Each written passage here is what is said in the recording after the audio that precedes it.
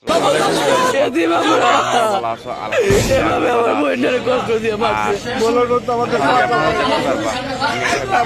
এরা প্রতারণা করছে, কালকে ওরা পাইছে। আমার বোনরা এত কষ্ট দিছে, আগেও অনেক অত্যাচার করছে, তারপরে আমরা সমাধান করে দিয়েছি। আমরা পরিবারিক ভাবে বসে সমাধান করে দিয়েছি।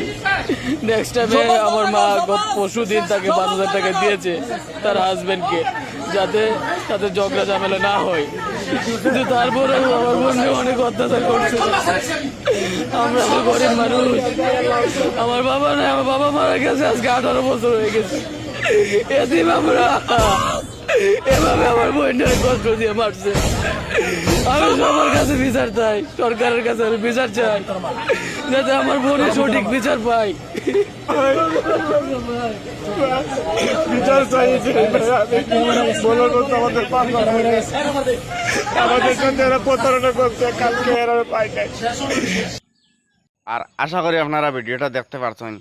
আর ভিডিওটা দেখার সঙ্গে সঙ্গে প্রচুর পরিমাণ শেয়ার করিয়া অন্যরে দেখার সুযোগ করে দিবা।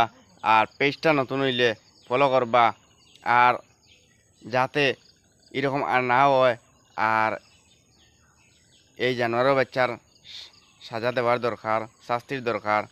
আমরা চাই শাস্তি চাই, সাজা চাই, এরকম যাতে এই বাংলাদেশ হোক, চাই ইন্ডিয়াতে হোক, চায় যে জায়গাতে হোক, মানে এরকম না হওয়ার লাগিয়া। এর কারণে ভাইয়েন আপনারা কাছে অনুরোধ রইল, ভিডিওটা প্রচুর পরিমাণভাবে শেয়ার করিয়া অন্যরে দেখার সুযোগ করে দিবা। আর পেজটা নতুন হইলে ফলো করবা, যাতে